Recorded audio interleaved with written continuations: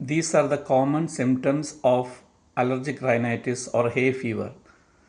Red, itchy and watery eyes, sneezing, runny, itchy and blocked nose, itchy throat which might go into the ear. So definitely there's a lot of secretions involved in this condition.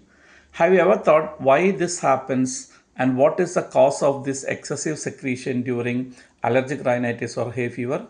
So here is the answer. You have a ganglion known as a pterygopalatine ganglion, which is located in the pterygopalatine fossa here, which is behind the mandible and in front of the lateral plate of pterygoid bone. So from here, this ganglia sends fibers or secretomotor fibers to all directions. So which are the directions? We'll just look.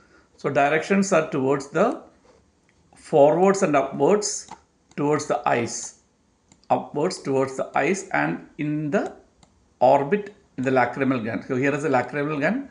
It goes up and forwards to the eyes and lacrimal gland. It goes backwards to the pharynx, that is the nasopharynx in this case, nasopharynx. It goes downwards, then goes forwards and backwards into the upper roof of the oral cavity here, the roof of the oral cavity here, and it also goes inwards, which will enter into the nasal cavity, and the last branch which goes outwards, which will enter inside the maxilla and supplies the teeth.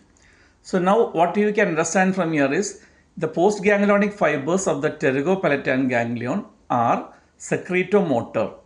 That means it will increase the secretions of the glands which it supplies. So when it gives branches to all directions, it is going to increase the secretion in cases of allergic rhinitis and cause secretions in the eyes from the lacrimal gland activation, in the nose by the nasal mucosa, in the oral cavity, that is the palate, the soft and the hard palate, the mucosa of the oral cavity, and as it goes backwards, it also triggers the mucus gland in the nasopharynx. So that is the reason why there is excessive secretions during hay fever or allergic rhinitis. Thank you.